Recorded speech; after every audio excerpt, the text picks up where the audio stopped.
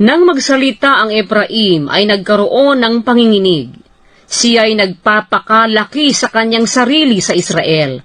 Ngunit nang siya'y magkasala tungkol kay Baal ay namatay siya.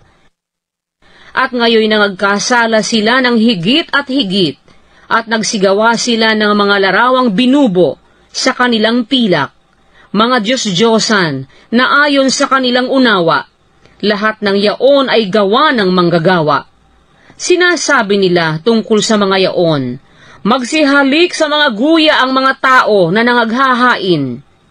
Kaya't sila'y magiging parang ulap sa umaga at parang hamog na nawawalang maaga, na gaya ng dayami na tinatangay ng ipo-ipo mula sa giikan, at parang usok na lumalabas sa tsimeneya. Gayunmay, ako ang Panginoon mong Diyos mula sa lupain ng Ehipto, at wala kang makikilalang Diyos kundi ako, at liban sa akin ay walang tagapagligtas. Nakilala kita sa ilang, sa lupain ng malaking katuyuan. Ayon sa pastulan sa kanila, gayon sila nangabusog. Sila'y nangabusog, at ang kanilang puso ay nagmalaki, kaya't kinalimutan nila ako.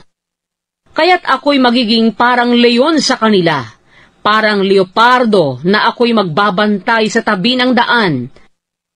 Aking sasalubungin sila na gaya ng oso na ninakawa ng kanyang mga anak, at aking babakahin ang lamak ng kanilang puso, at dooy lalamunin ko sila na gaya ng leon.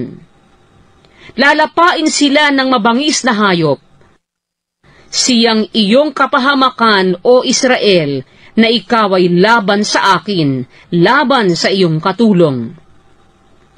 Saan nandoon ngayon ang iyong hari upang mailigtas kaniya sa lahat ng iyong bayan?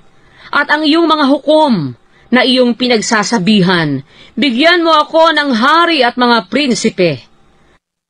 Aking binigyan ka ng hari sa aking kagalitan, at inalis ko siya sa aking puot. Ang kasamaan ng Efraim ay nababalot, ang kanyang kasalanan ay nabubunton.